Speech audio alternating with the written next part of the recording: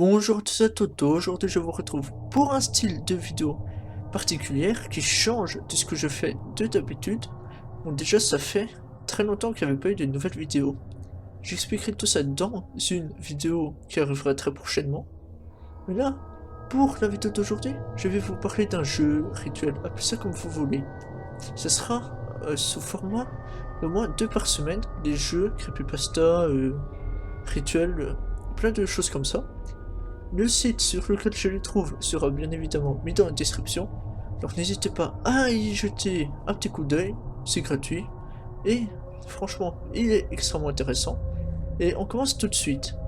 Déjà, ce jeu, il y a plusieurs règles, plusieurs étapes, que je vais tout vous détailler. Et dans des vidéos ultérieures, j'essaierai de le faire et de vous dire si ça marche ou pas. Parce que oui, c'est un jeu, mais il y a toujours le machin où dès que ça commence à s'aventurer vers les mots des esprits, on sait pas si c'est vrai ou faux. Ceux qui disent que c'est faux sans preuve, ou qui affirment sans preuve, c'est compliqué. Il faut toujours tester. Bon, ce jeu a beaucoup de risques de ce que j'ai lu. Mais il a toujours expliqué, même les risques, alors il n'y a pas de problème. On commence tout de suite. Alors ce jeu ne se fait que tout seul. Il faut être dans une pièce qui est tranquille, où vous êtes sûr de ne pas être dérangé, et où il n'y a pas de lumière qui passe à travers les fenêtres. Il faudra juste un réveil, qui peut être un téléphone, ou un vrai réveil comme ceux qu'on utilisait avant, ou maintenant, les téléphones c'est quand même un peu plus fiable, et bah, qu'il vous réveille. Vous verrez pourquoi, car ce sera très important. Maintenant, passons à la préparation du jeu. La première étape consiste à se préparer physiquement. Lavez-vous, ne pas boire d'alcool ou de substances comme de la drogue, des médicaments, tout ça. Car si ça modifie le comportement, ça pourrait être dangereux. Lavez-vous les dents pour être dans un bon état, et car c'est important l'hygiène. Et il faut que vous soyez préparé mentalement en restant calme, reposé, en paix intérieure avant de commencer tout cela. La deuxième étape consiste à préparer la pièce où vous allez dormir. Ça peut être ce que vous voulez. Là, vous pouvez dormir sur ce que vous voulez, un drap, des couvertures, un matelas, terre, sur un sommier. Comme vous voulez, tant que vous êtes dans un endroit confortable pour dormir, selon vos goûts. Les volets simulés fermés pour éviter d'être dérangé par la lumière. Si vous voulez jouer de la musique douce ou un bruit blanc continu, vous pouvez le faire. C'est mieux pour faire le lit d'utiliser des couvertures, des draps frais, pour être réellement dans le meilleur état possible. La lumière, si vous voulez une toute petite lumière, vous pouvez la tamiser, si vous voulez. Et si vous voulez purifier l'espace, vous pouvez faire brûler de l'encens, des trucs comme ça.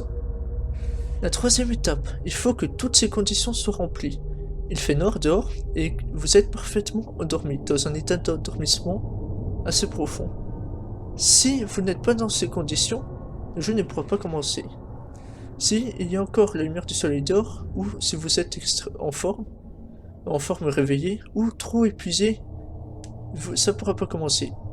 La quatrième étape, dès que toutes ces conditions sont remplies, vous allez dans votre pièce, vous fermez la porte derrière vous, et vous pourrez commencer le voyage. Le voyage.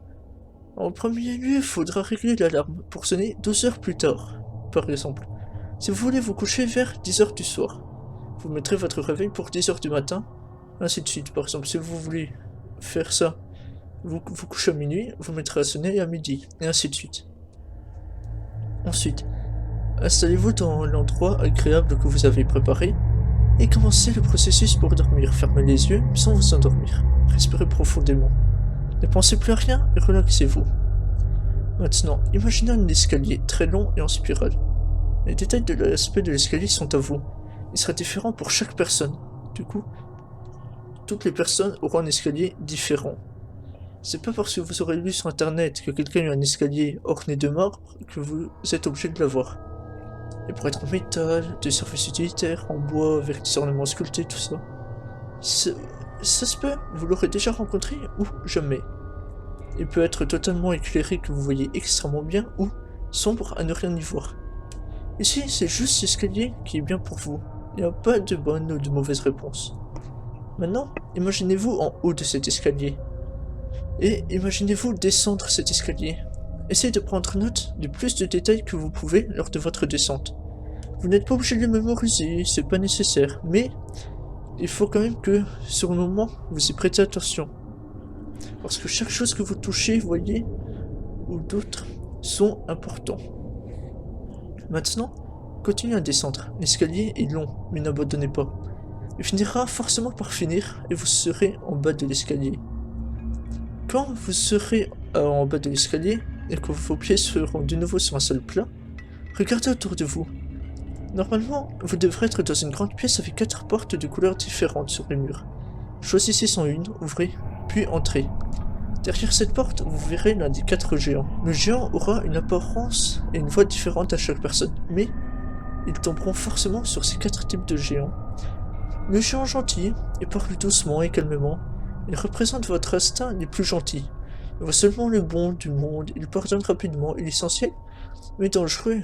Il peut être gentil, mais il peut facilement profiter et culpabilité, soit par rapport à lui-même ou tous ceux que ça intéresse. Maintenant, le géant tourbillonnant. Il s'emporte rapidement, il est fougueux, il représente vos plus grandes passions. Il a un grand œil pour les détails et retient sa matière, peu importe. Il est essentiel, mais aussi dangereux. Les conseils peuvent être judicieux, mais pas toujours bons. Il est trop combattant et a tendance à louper la forêt pour les arbres. Le géant maigre. Il a une peau épaisse et détachée. Il représente votre logique la plus saine. Il voit à travers tous les mensonges et vous mettra sur le chemin de la vérité absolue. Il est essentiel, mais aussi dangereux, comme les autres. Les réponses qu'il donne sont objectivement correctes, mais ne sont pas toujours bonnes. Il est insensible, antipathique et généralement il néglige de prendre l'élément humain de tout problème auquel il fait face. Puis, le géant ombragé, il est confiant et fier.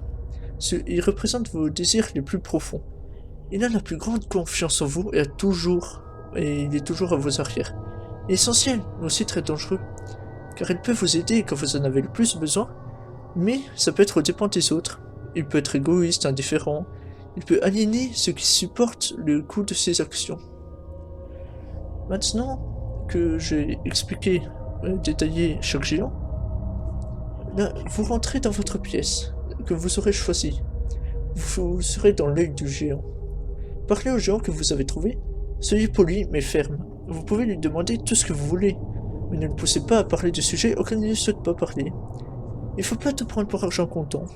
S'il dit quelque chose ou qu'il demande quelque chose de vous, vous n'allez pas obéir parce que vous leur donnez.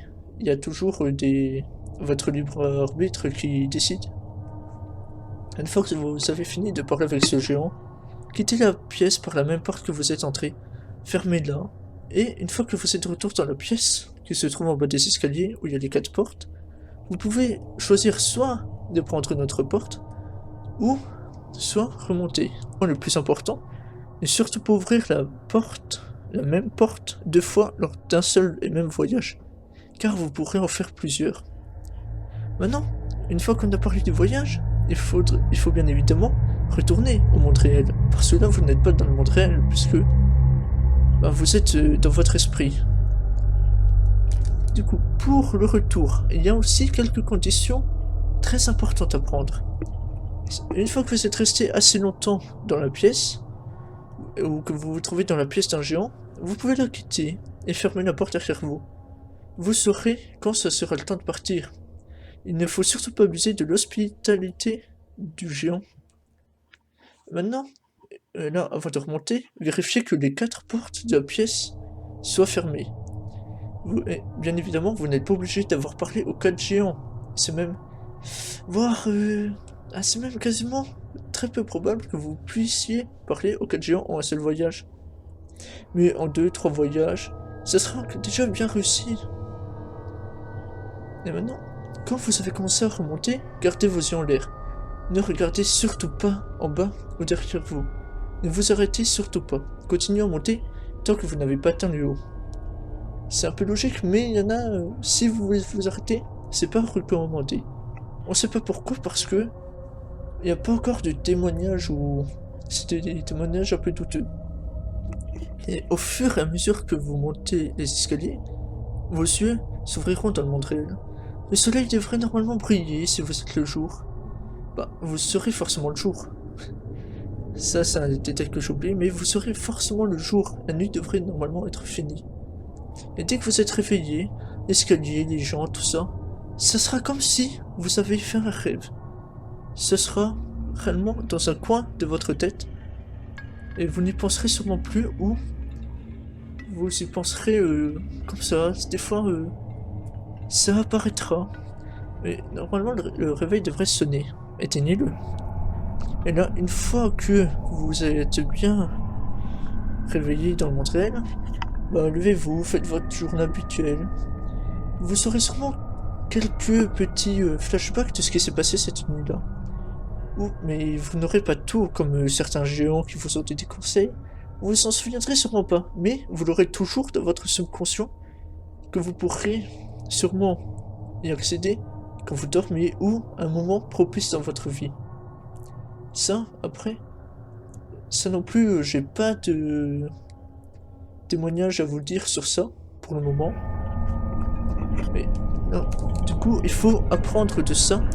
Utilisez judicieusement les conseils qu'ils vous ont donnés, certains conseils qu'ils vous ont donnés, car il y en a qui sont sûrement pas à apprendre. Car certains de leurs conseils pourraient vous servir un jour ou l'autre. Il y a quelques notes additionnelles aussi à prendre en compte, telles, comme j'ai dit, de ne pas forcément dormir dans un lit là où vous voulez tant que c'est agréable. Ce jeu / rituel, vous pouvez y jouer autant de fois que vous voulez. Ça sera toujours différent à chaque fois que vous ferez la descente. L'escalier, les portes, tout sera différent à chaque fois. Et s'adaptera à votre style. Et s'adaptera à comment vous êtes aussi, dans quel état vous vous trouvez dans votre vie. Si vous êtes par exemple dans un état un peu suicidaire ou heureux ou... plein de trucs comme ça, tout changera. Mais il est pratique de faire ce jeu si vous voulez faire d'autres jeux rituels qui demandent beaucoup plus de préparation ou qui sont beaucoup plus dangereux. Comme il fait partie des moins dangereux, mais il y a encore moins dangereux dont je parlerai. Vous pouvez bien évidemment aussi abandonner ou terminer le jeu n'importe quand en montant les escaliers. Après avoir parlé à un seul géant, ou si vous avez parlé à aucun géant, vous pouvez aussi. Ou si vous sentez que vous n'êtes pas dans un bon état quand vous descendez, ou même avant d'avoir atteint le bas, vous pouvez remonter. Il faut juste se retourner, monter. Si vous sentez pas que ça va bien se passer, ce jeu n'est pas forcé, c'est vous qui êtes le maître de jeu. Tout ce que vous voulez, vous l'aurez. Bon, à part les gens qui vont dire ça, vous pouvez pas du tout savoir, mais le reste, c'est vous, et vous seul qui pouvez le faire. Agir en conséquence. Il y a aussi plusieurs protections. Si vous avez le réveil sur le téléphone, vous devrez faire en sorte qu'il soit toujours chargé. Mettez-le sur secteur, c'est mieux. Sinon, là, si vous ne vous réveillez pas à temps et qu'il n'y a personne pour vous réveiller, vous resterez coincé en bas de l'escalier pour un temps déterminé. Mais quand? Personne ne le sait. Mais dans le monde réel, votre corps sera endormi, comme si vous étiez dans un coma. Et vous ne pourrez pas vous réveiller. Mais on ne sait pas ce qui se passe si vous restez coincé en bas de l'escalier. Ce qui est normal parce que la personne n'est comme dans un état de coma. C'est compliqué d'avoir des témoignages d'avoir quelques témoignages comme ça d'une personne qui l'a fait, qui est restée coincée en bas des escaliers. Mais bon, vous pourrez lire sûrement des témoignages. De toute façon, il y aura tout dans la description, comme je vous ai dit. Il y a aussi une FAQ du jeu entre plusieurs internautes. Je vais vous dire 2-3 questions comme... Non, si on ne monte pas les escaliers, attends, qui est au-delà de 12 heures. Est-ce que ça signifie-t-il qu'on ne pourra plus jamais se réveiller? Et il n'y a pas moyen de sortir? Quelqu'un dit, oui, normalement, il ne devrait y avoir aucun moyen de se réveiller, ni de moyen de sortir. Et un autre qui avait demandé s'il y avait une chance que quelque chose essaye de le tuer pendant le rituel. Normalement, il n'y a pas de monstre ou entité qui vous chasse comme dans certains rituels où vous faites un cache-cache avec une poupée. J'en parlerai aussi de ce rituel. Mais il faut que vous soyez attentif. C'est pas parce qu'il n'y a rien qu'il ne faut pas être attentif.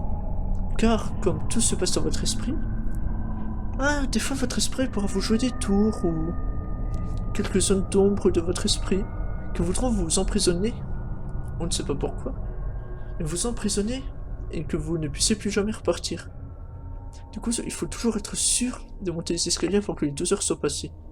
C'est un détail très important.